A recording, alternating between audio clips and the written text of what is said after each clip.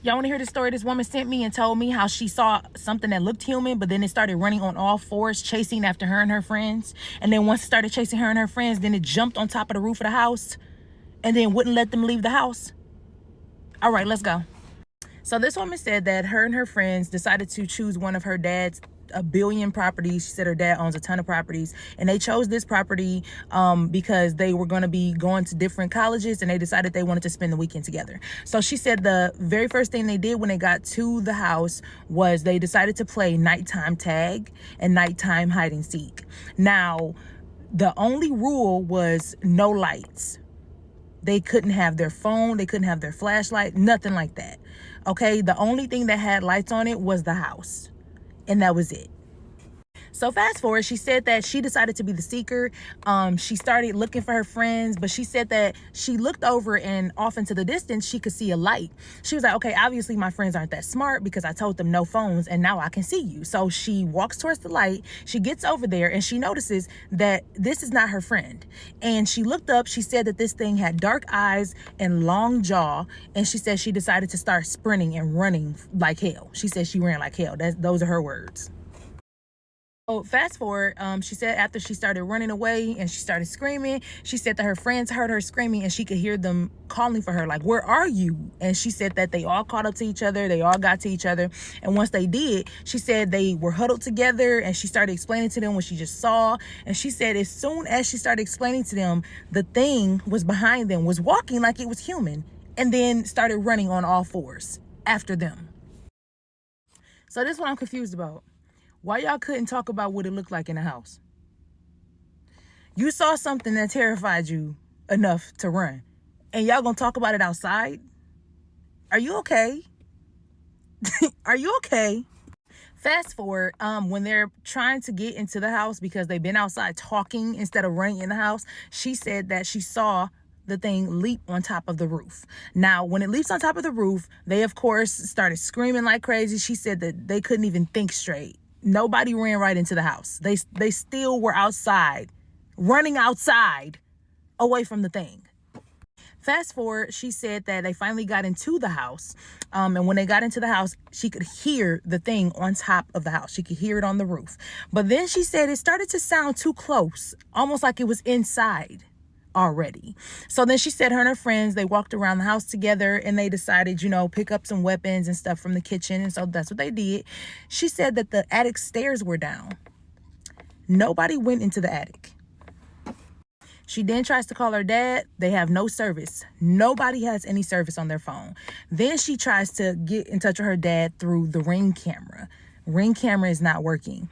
There is no way for her and her friends to contact anybody. So they're pretty much just stuck in the house. It's either they're stuck in the house where something might be in there, or they can go outside where there are more things out there that could get them.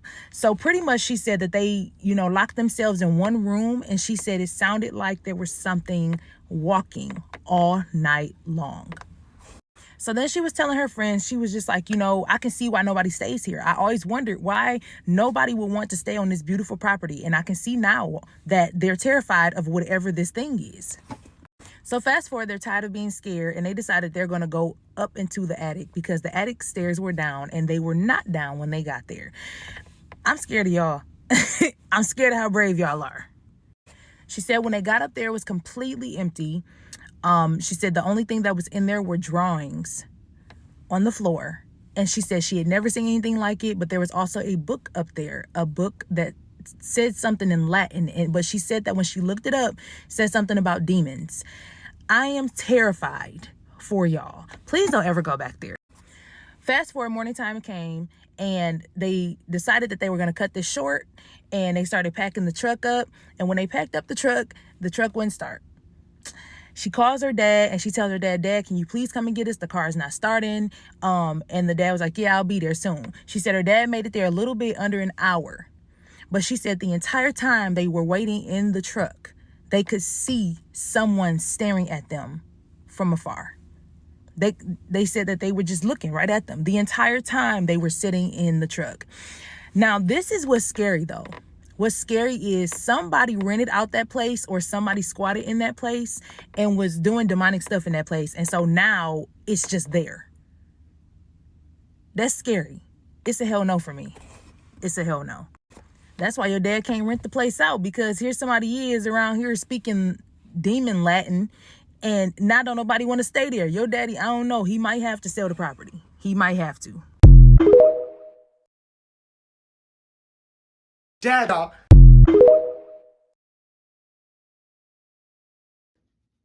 Yeah, our house is also haunted as hell. I did not plan this when I bought the house. Haunted as hell. Come with me to get a sweatshirt because I'm going to go down to the basement and explain a few things. We bought the house back in, I don't know, it's been like 7 or 8 years now.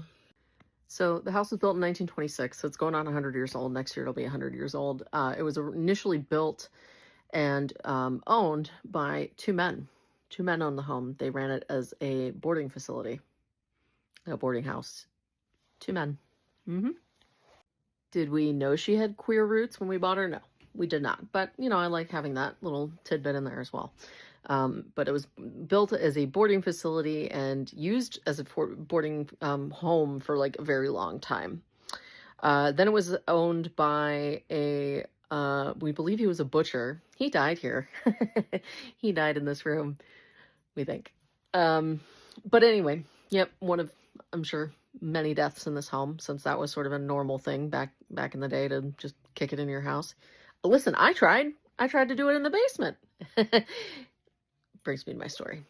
So at the risk of sounding like a wife guy, I follow the expression happy wife, happy life to a T. And when we initially saw this place during an open house, I was like, next. But my wife fell in love with it. She loved it, so we bought it. And tale as old as lesbian time. When it came time, things started to kick off pretty quickly in the process of like, maybe this place is a little odd. When it came time to do the home inspection, that's when things really went off the rails. We had a guy, he was not that old. I need to preface this, and I promise it's part of the story. He was not an older guy. He came to do the home inspection and well respected in the community, very well known. And he came in and he stepped foot on the side of the house and he's like, And again, like, I don't know why people always make these noises around me, like medical professionals, people inspecting my home. But anyways, he did. And maybe that should have been like a tip off. Things were a little odd. But the first thing he noticed was he came down to our basement, and our basement is objectively a disaster right now. Actually, it's really dark down here and I forgot to turn on the light. But he came down to our basement and was like, this is really odd. I don't even think you can see it right now. But over there is our crawl space. And he's like, yeah, your crawl space is cemented and screwed shut. Never have I ever seen anything like that in my whatever, how many years, 20 years of doing this. Okay. Great. Superb. I'm going to find a flashlight for this next part. And the next thing this guy does is he comes out to our spooky ass garage. Which still actually very spooky. Oh shit, gotta move a few things, excuse me. So he comes out to our spooky ass garage, and as part of the assessment, he makes his way up to the spooky ass garage attic, which I will be doing with you now. You guys go first. Okay, so, I don't know if you can see it. Oh, maybe the guys removed it. Oh, well, anyways, he comes up here and finds himself a chain around the middle. Actually, I think you can still see pieces of it. Chain around the middle of the middle pole. Oh, and some rope. Yeah, you can see that too there. In the middle of the attic. Now, the attic just got its roof replaced, so that's why it's a even bigger mess than it usually is. I came up here after he did and found this little lovely piece of ephemera. Let's see if I can show you. Yeah, not scary at all. Found somebody's library card from like 1996. There's a lot of weird stuff up here. I'm gonna go back down now because I'm getting Blair Witch vibes. All right, so finally he makes his way to the house's attic, peeks his head up and goes, that's good enough. I don't need to go further. This house spooks me out, creeps me out. Okay. I thought maybe he was just a dramatic dude, right? Not, again, important to the story, he was not that old. So fast forward, we get his report, I think the same day, but a couple days later, I don't even remember how we figured this out. If we got like notified or something. That dude, like the day after he did the assessment on our house, dropped dead unexpectedly. Just promptly exited the building. Yeah, I'm definitely gonna have to break this up into several parts because there's a lot to go over here. There's a lot to cover. A lot of paranormal activity. Actually, a major network was was like slated to be part of some haunting project that never came to fruition. I won't name the network, but yeah, it's legit. A lot of friends who are in the paranormal space want to always come by, swing by, and see what our ghosts are up to. But that guy dropped dead, and he was particularly spooked out by our basement in the crawl space. Is there a coincidence why I tried to die myself in the basement? Who's to say? Who's to say, right? I'm also just a certified one single cell organism that did some sketchy shit after surgery that I shouldn't have done. But the winter we moved in, I will kind of circle around. The winter that we moved in, there was this big hosta plant that is outside. They're beautiful in the spring, not so much in the winter. They look atrocious. So I was trying to kind of clean up the yard, and I ended up digging up some really weird stuff right in front of that, where that crawl space, like the actual outside of the house meets the crawl space, including a hubcap, a necklace that said sexy in dye, and then a piece of a shirt with a little bit of a red stain on it. As I was digging all of this up, I am not a believer in the paranormal, not until I moved into this house. I paused and backed up. We have like a 3 seasons porch with a lot of really pretty windows, and we had a rocking chair out front. And nobody home was home with me at the time. We hadn't had our daughter yet. That rocking chair was just moving by itself. So I scooted on in, poured myself 2 fingers of Johnny Walker's Finest, and sat with my feelings for a bit. But I will make this a series of videos if nobody cares and anybody wants to listen. What up, though? Y'all want to hear about when I returned back to an old haunted place that I used to live in when I was 4 years old? Okay. So my mom told me a real long time ago about, how we used to live on the east side of Detroit on Cadillac in these duplexes, right? And so we're living in this duplex, and she said that I was about 4 years old. She said my father had just left for work, and when he left for work, she said, I was playing in the front, and she said she heard keys jingling. And so when she heard keys jingling, she's like, oh, he finally got somebody to rent out next door. That's what's up. So she gets up and she kind of like peeks over and looks over, and she sees 2 older women walking into next door with groceries, right? So obviously she's like, okay, somebody moving in. And so then she says she turns around and the woman knocked on the door, and she said that when she opened the door, she was like, yes, ma'am. She said the woman told her, you have you a nice night, baby.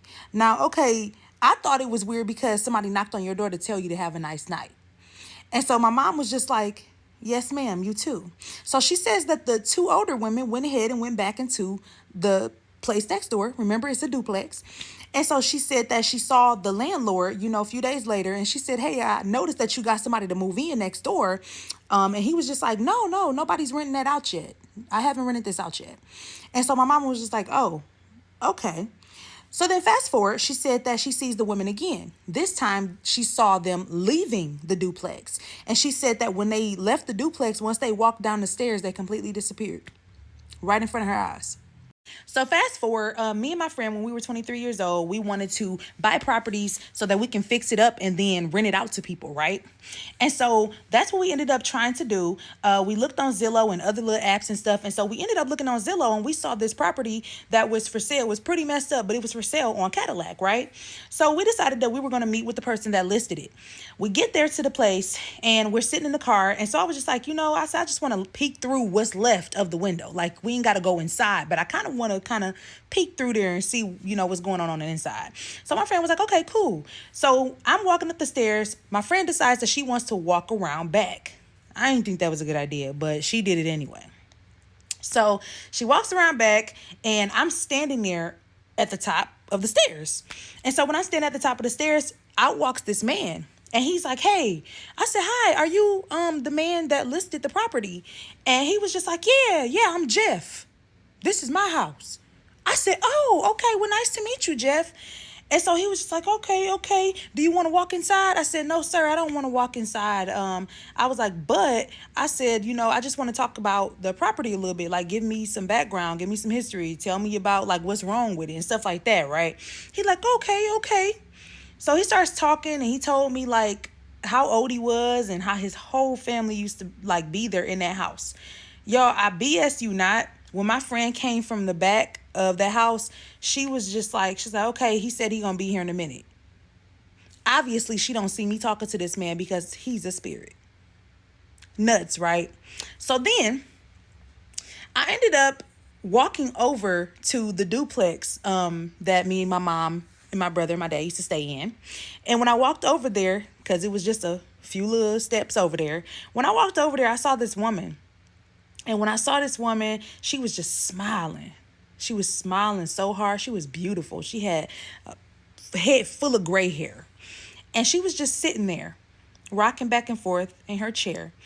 And I couldn't help but take a picture of the address, because I was like, Ma, this is our old place, right? And so when I got home, I showed it to her, and she said, what did that woman look like that, you said was smiling? And so I described the woman to her, and my mom was just like, my God. She said, she's still there, huh? They still kicking. I didn't see a second woman. I just saw that one woman. But crazy how stuff like that work.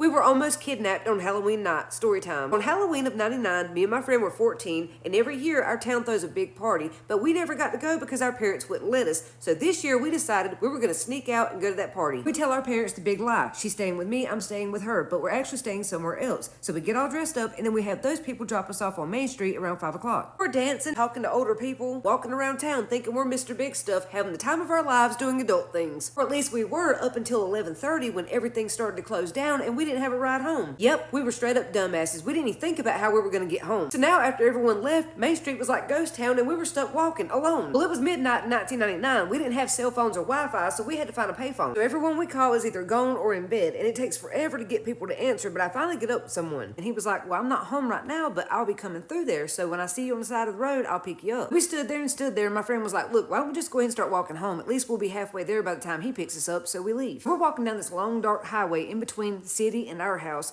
and it's normally really busy during the day, but late at night, there's nobody out. And there were barely any street lights, so it was really dark too. About 5 minutes into our walk, this truck comes pulling up beside of us and rolls down a window and says, hey, you girls need a ride? And when I looked in the window, I said, no, we're good. There was something in that man's eyes. I knew he was trouble. But my friend was stressing about getting home, and she was like, Alicia, let's take this ride. I said, no, girl, I'm telling you, Everything in my body was telling me, you need to avoid that man. Run now. So I grabbed her arm, and now we're linked up real tight side by side, and he says, are you sure you girls don't need a ride? And I said, no, sir, we're good. As he drove off, he said, good night, little kitties. Y'all be safe out there now. And I got chills. It creeped me the fuck out. So on this road is a little detour that will get you to our house a lot faster. So we take that right. 10 minutes into that detour, here comes that truck pulling up behind us again. He says, just get in the truck. I can't live myself if I left 2 young girls out here and then something happened to y'all. Just come on, I'll give you a ride. It's no problem. Again, I look in the window and say, no, we're good. Just go ahead. We stay right here. We'll be fine. Then he looked at my friend and said, well, do you want to ride? I said, no, she don't want to ride. We don't take rides from strangers. We're fine. Just go. And then he drove off. This guy was really starting to sketch out my friend, so she was getting paranoid and anxiety. She said, Alicia, he's following us. He's going to come back. He's going to try to kidnap us. Watch, I'm telling you. And I said, all right, just calm down. So we walk up on this old property, like behind the house onto the porch, and we sit there for a good 20 minutes. As we're hiding on this porch, we see that man's truck come around the drive again. He even slowed down in front of the house that we had just ran behind, and my friend was like, how did he know that? He was already gone by the time we got here. He's following us, Alicia. Now, I was starting to freak out too, and I'm like, dude, we have to get back on the highway. My man's not going to be able to find us if we're not on the highway. So we start walking into the edge of the woods, and a car came by, so we looked out, but it wasn't my man. It was a stranger, and they kept going. We jumped back in the woods and continue walking through the marsh when we see that truck come by again, and he slows down, and he's got a fucking spotlight looking out in the woods. He was shining that light so slowly, trying to find us. I felt like a deer in headlights, like how an animal knows when a predator's stalking it. That was how I felt. My soul was telling me, you better not let that man get you or he's going to kill you. Once we got up to this next section, we'd have to walk out in the middle of nowhere. So I told Brittany, look, when we get to that area, you're gonna have to run. I know it's hard, it's gonna be rough because she had diabetes, but I kept stalling. I was like, are you sure? Are you sure? Because we can't stop, Brittany. Once we start running, we have to go. And she assured me, yes, I can run. No problem. Let's go. So we get up that stop sign, we grab each other, and we take off running. Man must have been sitting and waiting. Here he come from behind the building, stomping the gas on the truck, running behind us. So we would run as far as we could, drop down and duck, and then run again, trying to get away. And he's got his spotlight out, trying to shine us with it. I got chills because we could hear him saying, here, kitty, kitty, come on out, kitties. I didn't even turn around. I just kept running because I knew if we get up those woods, we could hide. She tripped and fell over them freaking shoes, and I snatched her up by her damn arm like I was not gonna get caught. When we finally get up to the last intersection, we're about 15 minutes from our house at this point, and then we seen that guy's truck turning around and coming back. I was like, oh my God, why won't this man leave us alone? And where's my guy that I called to come get us? At that point, my friend could not run no more. She was already so out of it and tired and couldn't breathe, and her chest was hurting and her legs was cramping, and she couldn't go any further. I said, look, I don't want to split up, but I got to be on the side of that road when he comes through. So I left her laying there, and then I went and hid in the ditch on the side of the road and stayed squatted down where nobody could see me. I run out the road, and my man drove right past me and didn't see me the first time. And I'm standing out here like a sitting duck, and now this guy who's now walking with a spotlight shines it right on my face and says, you girls are gonna come with me. I said, no, we're not. And I took off running down the highway barefoot, and then that was when my man was turning around. He come back towards us, and I jumped in the car. I start calling out for my friend, but she's not answering, and I thought for sure that man had gotten her, but here she come crawling out the ditch covered in leaves and mud. So we scoop her up and put her in the car, and then we start driving home, and then we see headlights behind us. That man is still following us. So instead of leading him to our house, we decided to go into the swamp. So we stomped the gas, hit the back roads, and before we knew it, he was gone. We lost him. So we come dragging in the next morning, and my parents were fuming, but once I told them what happened, they were like, damn, I'm just glad y'all are alive. So we didn't get in trouble because they knew we learned our lesson. A little girl levitated in front of her mother. Furniture moved by itself, and a deep, growling voice came from an 11-year-old girl. This is the true story of the Enfield poltergeist. In 1977, in Enfield, North London, a council house became the centre of one of the UK's most famous hauntings. A single mum, Peggy Hodgson, called the police because her daughters, Janet and Margaret, said furniture was moving by itself. And when the police arrived, they saw it too. A chair slid across the room with no one near it. Things escalated quickly. There was loud knocking through the walls. Marbles and Lego flew through the air and were warm to the touch. Janet, just 11 years old, started to speak in a strange guttural voice that claimed to be the ghost of a man named Bill who had died in the house. Paranormal investigators recorded hours of audio and video. Some said it was a hoax, but others, including seasoned researchers, said it was real and dangerous. To this day, the Enfield poltergeist remains one of the most controversial and chilling hauntings in modern history. Would you have spent the night there? Check out the linked video for the real voice of Bill the Ghost, and make sure to subscribe for more hauntings in 60 seconds or less. We think something tried to attack us in our cabin in the woods last night. Me and a few of my friends thought it would be fun to have a fall Tennessee trip. There are two of us that really like to listen to Appalachian Trail stories. We listen to them because they're a little spooky, but honestly, I don't think either of us really believed them until last night. Weird things did start happening when I first got to the cabin. So our cabin is this Airbnb kind of in the woods. There's still a few other houses, but right behind the house is a giant hill and there's woods that kind of lead up. I was the first person to arrive, so I walked to the back of the house, typed in the code, and started walking inside with my dog. My dog was sniffing around, but then when we walked into the living room, she started barking aggressively at this little door underneath the stairs. It kind of freaked me out because I was here alone and she usually doesn't growl at random objects, so it was just out of character for her, and I got a little freaked out. So I prayed over the house, I turned on all the lights, and I walked around, and the growling stopped. Even in that area, she didn't growl anymore. So Saturday night, everything was pretty normal. Everyone else arrived, we said hi, we got everything unpacked. Sunday is when we started hearing the weird howling. So I walked outside in the morning to walk my dog, and I heard howling, and I didn't think it was weird because we're in the woods. It just seemed far away. It didn't seem odd. My friends also, when they walked outside, said they heard the same thing. But later that night when I walked outside, the howling had changed a little bit. It still sounded like an animal, but it kind of sounded like a tune. Almost how birds have their own tune, but an animal had the same thing. It was just 3 or 4 notes. And I thought it was kind of cool. Obviously, I was still a little freaked out. Now, Monday when we went hiking is when we heard the scream. It honestly just sounded like a random lady in the woods screaming. But then there was also another voice also screaming. They weren't screaming help or anything, just screaming. We couldn't tell where it was coming from, just that it was like really far away. But it did sound a little bit scared. I don't know if it was people playing around or not. That was the only weird thing that happened on Monday. Now, last night, Tuesday, is when things got really scary. Last night we decided we were going to do the bonfire and the hot tub. Now, the bonfire and hot tub are both behind the house, but the woods are also right behind the house. As soon as you walk out, there's a hill that goes straight up because we're in the mountains and there's trees right there, so it's very heavily wooded. During the bonfire, everything was normal. I had my dog outside, they had their dog outside. We had our food. None of the dogs were acting weird. It was fun. We were taking photos. Nothing seemed off. I was a little on edge just because we're in the dark next to the woods and I'm a big scaredy cat, but nothing seemed weird. Now, the hot tub is right next to the woods. There's a fence for privacy around 3 sides of it, but the 4th side is a side that's open to the woods and the side that also connects from the house to the hot tub. I was really nervous about swimming at night and I had told my friends this. My friends thought it was funny and so they started cracking jokes about, oh, do you hear that? Do you see that? But then all of a sudden, my one friend goes really quiet. She freezes, she looks like she's scared and she goes, guys, I'm not joking, I just saw something. I obviously thought she was still joking and I was like, please, stop, I don't want to joke like this, let's talk about something else. And she's like, no, I promise you, I saw someone walk that direction. It was towards the house into the woods. I was like,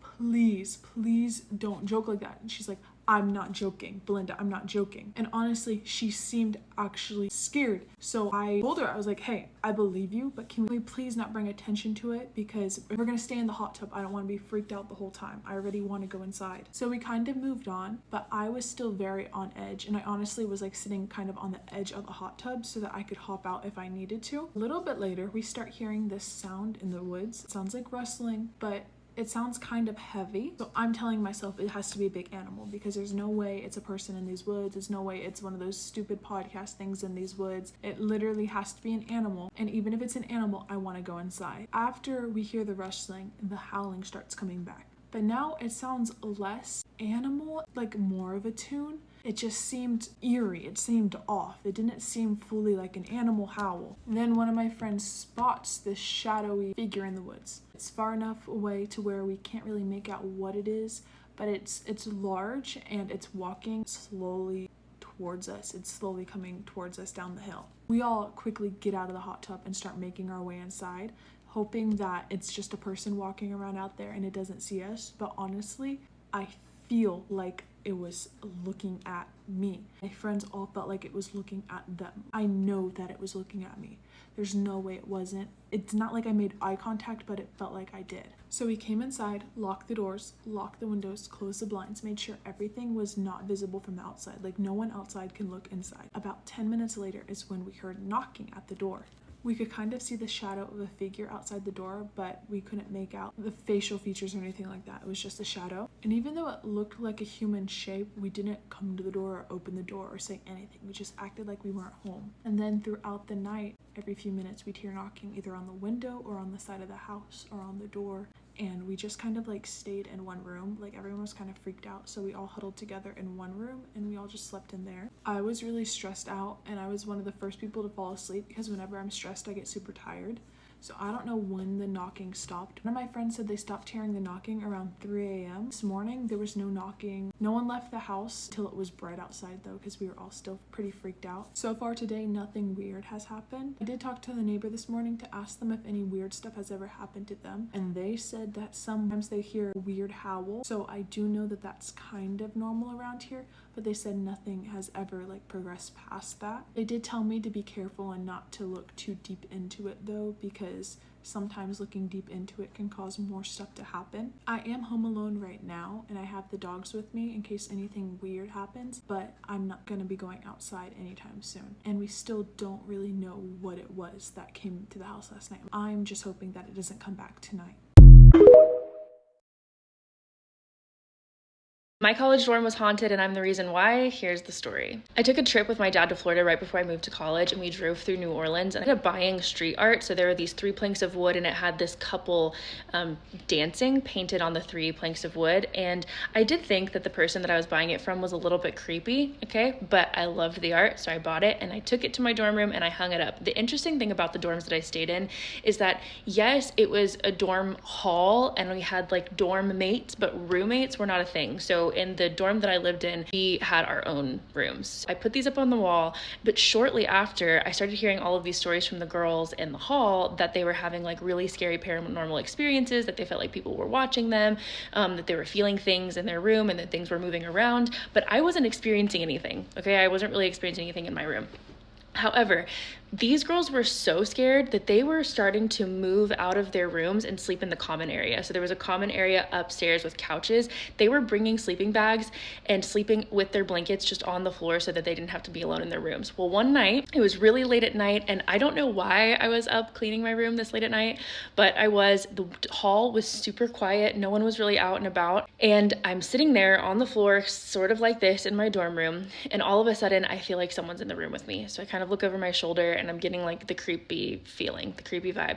But I'm like, you know what? I'm just gonna put on some music, no big deal, and stick with my cleaning. So I had all this stuff out all over the floor. I was really like organizing and getting rid of stuff. I had this big brown bag that was behind me. It was what I had emptied onto the floor, and I was kind of going through whatever was in this big brown paper bag. So I'm sitting there and I'm cleaning and I'm listening to my music, okay? And I keep getting this feeling like, oh, like something's behind me, something's watching me. And it's starting to feel like it's creeping up on my body. Like I can almost feel a physical presence. So I go to stand up because I'm like, I'm probably gonna leave. I'm feeling a little bit weird. And as soon as I start to stand up, whop, I hear this sound, and I turn around, and the brown bag that was behind me is completely crumpled. Like someone had just completely crumpled it to the ground. Even though this happened, I continued to sleep in my dorm room. I just am kind of a loner like that, but it was very common at this point for everyone to be sleeping out in the common areas. But after that night, I started having dreams every single night that someone was after me. And I woke up in the middle of the night one time, and I looked above my bed,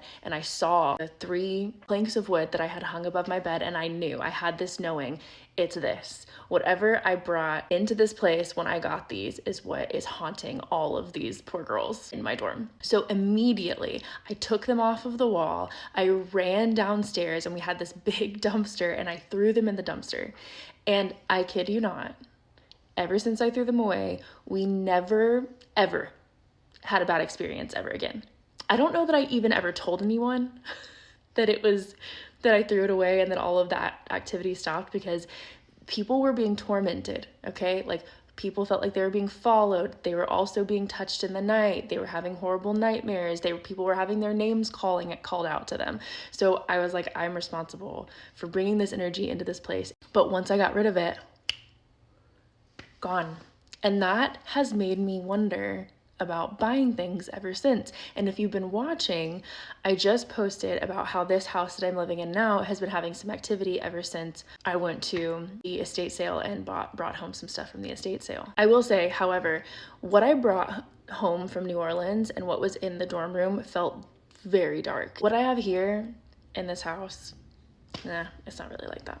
So anyway, that's my story.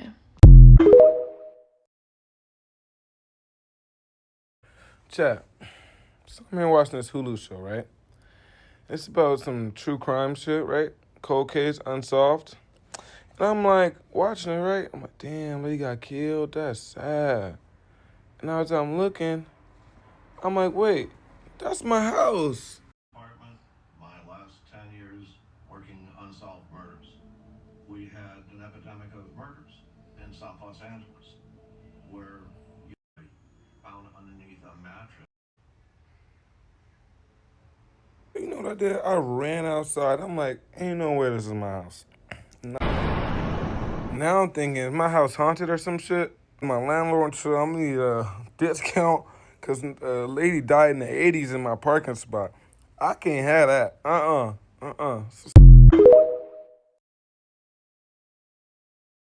Honey, I really think our new house is haunted. Baby, you're adorable. No, I'm serious. I think that there are ghosts here. You're probably just tired. But look, though. Guten Tag. Did you stop taking your medication? I'm only on birth control. In German, Guten Tag means hello. Sorry, what was that, baby? It's the ghost. The ghost is Sorry, talking. I can't chat right now. Gotta fix up this house. Please wait. Trust me, baby, everything's gonna be great. When may we begin today's breastfeeding, Mother? Maybe later, Gunther. Later doesn't work for me. The house that I grew up in had a demon in it, or at least an evil spirit. And so I didn't think this was weird until I started to realize things right before I moved out of that house. But my grandma would sit on the porch at night and she would watch preaching until the sun came up. And she would have her Bible sitting right beside her. And I just thought she was a really Christian woman until I started to get older and I was like, this isn't normal. Well, my grandfather, he was an alcoholic. And I thought he just liked to drink, but I started to realize he was drinking so that he could just go to sleep in that house. And obviously they never vocalized this because then it becomes more real. Well, I started to pick up on things because right before my grandparents were murdered in that house, I started to have these times where I would be alone and I would hear this voice in my head. And it was an evil voice. Like, it wasn't my voice and I knew it wasn't my voice. And it started talking to me and it would tell me all this blasphemic stuff. Like, it would just say blasphemic things constantly, like just evil things about Christ, evil things about God. I know that sounds crazy as hell. And I thought I was going nuts. But I vocalized this to my grandmother. And when I did, she grabbed me by my arms and started shaking me and yelling in my face and saying, stop it. And that's when I was like, oh, she knows there's something wrong with this place and this is freaking her the fuck out. Well, anyway, after my grandparents got murdered, shortly after this, the voices started happening. As soon as I moved out of the house, no more voices. I still had dreams about this demon almost every night for like 10 years, but I never had any issues with hearing things again, and I know it was completely pertaining to that home. I can't wait to get my hands on this food. Come on out, cuz! Ray, cut it out. You're gonna make it mad. I don't give a fuck, Keisha. He should be worried about making Ray mad up in here, bitch. Who you calling a bitch? Show yourself! No, Ray, don't do that. Don't. What the fuck is that?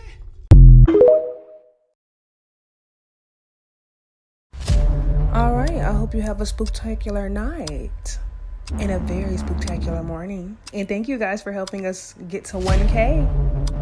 We're gonna do something. I don't know what it is, but we'll do something. Might as well stay